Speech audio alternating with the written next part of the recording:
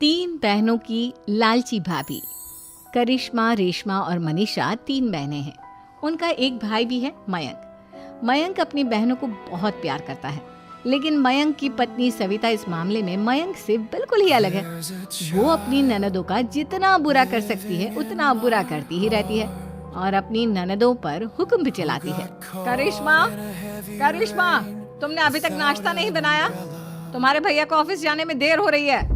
हाँ भाभी, बस अभी बनाती हूँ। करिश्मा, तुम ये ढीलापन छोड़ दो। कल को पराये घर जाना है।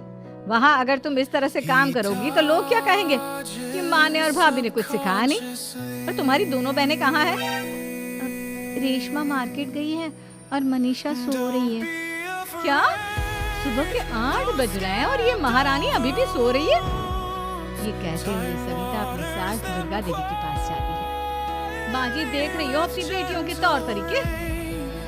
क्या हुआ बहू, सुबह सुबह क्या कर दिया मेरी बेटियों ने? अरे एक तो अभी अभी उठकर किचन में गई है, दूसरी सुबह सुबह बाहर चली गई और तीसरी अभी तक सो रही है। क्या करूं मैं इन दिनों का, मैं तो परेशान हो गई हूँ। जाकर उठा उसे और रेशमा से मैं बात करती हूँ। सविता सीधा मनीषा के कमरे में जाती है और उससे कहती है, महारानी जल्दी उठो, सूरज सर पर आ गया है। भाभी थोड़ी देर और सोने दो ना, मैं रात को लेट सोई थी। वो क्या ना, यूनिट टेस्ट चल रहे हैं। शराफत से उठती है या नहीं, या फिर पानी की भरी बाल्टी डालूं तेरे ऊपर? नहीं भाभी, मुझे बिस्तर में नहीं आना, उठती हूँ मैं। मनीषा जल्दी से उठकर बाथरूम में चली जाती है। सभी आराम से बैठकर नाश्ता कर रहे होते कि तभी रेशमा बाजार से हाथ में सामान लिए आ जाती है। रेशमा को देखते ही सविता उस पर बरस पड़ती है। लो, आ गई महारानी। ऐसा भी क्या सामान लाना था जो सुबह आंख मलते ही बाजार की तरफ रवाना हो गई? भाभी, कल आप ही तो चीख रही थी कि घर का सारा सामान मुझे ही लाना पड़ता है, घर में किसी को भी किसी काम से कोई लेना देना नहीं है। अब मैं बाजार जाकर सामान ले आई तो आपको इस बात से भी तकलीफ हो रही है? देख रही हो माँ जी, अपनी बेटी की जुबान कैंची से भी तेज चलती है। और मयंक, आप तो कुछ कहेंगे नहीं अपनी लाडली बहन को? रेशमा, अपनी भाभी से ऐसे बात नहीं करते। चलो माफी मांगो। भैया, मैं क्यों माफी मांगू? आप भाभी से बोलिए ना कि हम पर कम हुक्म चलाया करें। हम इस घर की बेटियां हैं और आपकी पत्नी की ननद है, नौकरानी नहीं। लो कर लो बात। इनकी भलाई के लिए कुछ भी बोलो तो इन्हें बुरा लग जाता है। इस घर में यही इज्जत है मेरी। देख लो माँ जी, आपकी बेटी किस लहजे में मुझसे बात कर रही है।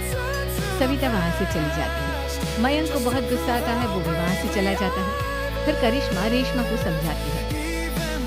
रेशमा, तुम्हें भाभी से माफी मांग लेनी चाहिए थी ना। लेकिन दीदी, मैंने कुछ किया ही नहीं तो मैं माफी क्यों मांगू? हाँ करिश्मा दीदी, रेशमा दीदी जैसे ही घर में आई भाभी ही उन पर चिल्ला रही थी। हाँ, मैं मानती हूँ कि गलती भाभी की थी। मैं तो इसलिए बोल रही हूँ कि भाभी ने माँ को तो पूरी तरह अपने वश में कर लिया है। वो हमारी बात सुनती ही नहीं। मयंक भैया हमारे लिए हमेशा खड़े रहते हैं, इसलिए उनकी बात का मान तो तुम्हें रखना चाहिए था ना। कोई फायदा नहीं दीदी, कुछ दिनों की बात और है, भाभी उन्हें भी हमारे खिलाफ भड़का देंगे। फिर वो भी माँ की तरह हमारी किसी बात का विश्वास नहीं करेंगे। इसी तरह सविता अपनी तीनों ननदों को किसी न किसी बात पर परेशान करती रहती थी। एक दिन मयंक अपनी तीनों बहनों के लिए गिफ्ट लाया। करिश्मा, ये तुम्हारे लिए हार का सेट। रेशमा, तुम्हारे लिए सुंदर सी ड्रेस। और मनीषा, तुम्हें किताबें पसंद है ना, तुम्हारे लिए किताबें लाया हूँ। थैंक यू भैया। थैंक यू भैया। थैंक यू भैया। करिश्मा, तुम्हारा नेकलेस कितना सुंदर है। ये भैया कहाँ से ले आए होंगे? मैंने भैया को 3 दिन पहले फोन पर ये डिजाइन दिखाया था और आज भैया ये ले आए। सविता तो अपनी ननदों की गिफ्ट्स देखकर जल गई और करिश्मा का नेकलेस तो उसे भी बहुत पसंद आया था। अपनी बहन के लिए कितना अच्छा नेकलेस लेकर आए हैं, मुझे कभी कोई गिफ्ट नहीं किया। मैं आज ही ये हार चुरा लूं। रात में सविता करिश्मा का हार चुरा लेती है और इसी तरह उसे अपनी ननदों की जो भी चीज अच्छी लगती वो उसे मांगती नहीं, बल्कि रात के अंधेरे में चुरा लेती। इसी तरह दिन बीतते गए और सविता ने मयंक के दिल में भी उसकी बहनों के लिए नफरत पैदा कर दी। एक दिन मयंक ने करिश्मा और रेशमा के लिए रिश्ता देखा और ये बात उसने घर में सबको बताई। माँ, करिश्मा और रेशमा के लिए बहुत अच्छा रिश्ता आया है। वो लोग कल इन्हें देखने आ रहे हैं। आप और सविता मिलकर सारी तैयारी कर लेना। ये सुनकर करिश्मा और रेशमा खुश हो जाती हैं, लेकिन सविता सोचती है, अगर इन दोनों बहनों की शादी हो गई तो घर और बाहर का काम कौन करेगा? मनीषा तो एक नंबर की कामचोर है, उससे तो किसी बात की उम्मीद लगाना ही बेकार है। मुझे इस शादी को रोकना होगा। अगले दिन सभी लड़के वालों के स्वागत की तैयारी करने में लगे होते हैं। तभी मयंक अपनी बहनों से आकर कहता है, तैयार हो गई तुम दोनों? देखो दोनों लड़के बहुत अच्छे हैं, मैं कोई कसर नहीं छोड़ना चाहता, इसलिए तुम उनके सामने अच्छे से बिहेव करना और अपनी भाभी से लड़ने मत लग जाना। करिश्मा, तुम वो नेकलेस पहन लो ना जो मैं तुम्हारे लिए लाया था। भैया मैं बहुत देर से वो नेकलेस ढूंढ रही हूँ, लेकिन मुझे मिल ही नहीं रहा। क्या तुमने नेकलेस खो दिया? तुम्हें पता भी है वो कितना महंगा था? तुम कोई काम ढंग से नहीं कर सकती। मयंक गुस्से में वहां से चला जाता है। थोड़ी देर बाद लड़के वाले भी आ जाते हैं। वो दोनों बहनों को पसंद कर लेते हैं और रिश्ता पक्का हो जाता है। लेकिन सविता के दिमाग में तो कुछ और ही खिचड़ी पक रही थी। वो पंडित जी के पास करिश्मा की कुंडली लेकर जाती है और उन्हें पैसे देकर करिश्मा की कुंडली बदलवा देती है। जब लड़के वालों के पास करिश्मा की कुंडली जाती है तो वो दुर्गा को फोन करते हैं। बहन जी, हमने करिश्मा की कुंडली अपने पंडित जी को दिखाई थी। आपकी बेटी की कुंडली नहीं बल्कि दोषों का पिटारा है। देखिए, मैं और मेरे पति इन सब बातों में बहुत विश्वास करते हैं, इसलिए हम आपकी बेटी से अपने बेटे की शादी नहीं करा सकते। इस तरह करिश्मा का रिश्ता टूट जाता है और सभी घर वालों को बहुत दुख होता है। अब कविता सोचती है, चलो करिश्मा का तो रिश्ता टूट गया, अब रेशमा का भी रिश्ता तोड़ना है। क्या करूं? अब सविता आवाज बदलकर किसी अननोन नंबर से रेशमा के होने वाले ससुराल में फोन करती है। हेलो, मैं कौन हूँ कौन नहीं ये आपके लिए जानना जरूरी नहीं। बस इतना सुन लो कि रेशमा का 2 साल से किसी के साथ अफेयर चल रहा है। बस रेशमा का रिश्ता तोड़वाने के लिए सविता का इतना कहना काफी था। अब रेशमा का भी रिश्ता टूट गया। मयंक और दुर्गा देवी ने रेशमा को खूब खरी खोटी सुनाई और उससे बार बार उस लड़के के बारे में पूछने लगी। आप दोनों मुझे क्यों परेशान कर रहे हो?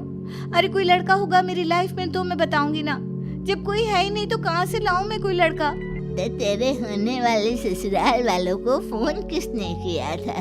माँ मैं नहीं जानती किसने फोन किया था, मैं सच कह रही हूँ। मैं तो पहले ही कह रही थी इसकी लगाम खींच कर रखो, लेकिन मेरी सुनता ही कौन है। आप चुप रहिए भाभी, ये सब आपका ही किया धरा है। अब तीनों बहनों को विश्वास हो जाता है कि ये सब उनकी भाभी ही कर रही है। तीनों बहनें अपनी भाभी को सबक सिखाने के लिए एक वकील कर लेती है और घर में हिस्सा मांगना। देखो भैया, माँ बाप की जायदाद में जितना बेटों का हक होता है उतना ही बेटियों का, इसलिए इस घर के 4 हिस्से होंगे और हमें अपना हिस्सा चाहिए। मैंने तुम्हारे लिए क्या क्या नहीं किया और तुम इस घर में हिस्सा मांग रही हो? भैया, आप और माँ हम बहनों की कोई बात नहीं सुनते हो और भाभी हमारी शादी नहीं होने देगी क्योंकि उन्हें लगता है कि आप हमारी शादी में ज्यादा पैसा लगाओगे और उन्हें हम जैसी फ्री की नौकरानी कहाँ मिलेगी। तो हम भाभी के साथ तो रह नहीं सकते, हम बहनों को अपना हिस्सा चाहिए। अरे तुम्हें शर्म आनी चाहिए अपनी भाभी पर ऐसा इल्जाम लगाते हुए। वो तुम्हारे बारे में कितना सोचती है। हाँ माँ, भाभी हमारे बारे में बहुत सोचती है, दिन रात बस यही सोचती रहती है कि किस तरह से अपनी तीनों ननदों को परेशान करूं और कभी मुझे पढ़ने भी नहीं देती। दोनों बहनों का रिश्ता भी तो इन्होंने ही तोड़वाया है और रात में हमारे कमरे में आकर हमारी चीजें भी चुराती हैं। इसी तरह सविता की तीनों ननदें अपनी बात पर अड़ी रही। अब कोर्ट में तारीख भी शुरू हो गई। जब सविता को लगा कि उसकी तीनों ननद इतनी आसानी से नहीं मानने वाली, तो उसने अपने पति और सास को सारी सच्चाई बता दी और अपनी तीनों ननद से माफी मांगी। मयंक और दुर्गा को भी अपनी गलती का एहसास हो गया। अब सविता खुद करिश्मा और रेशमा के लिए अच्छा रिश्ता ढूंढती है और उनकी शादी करवाती है।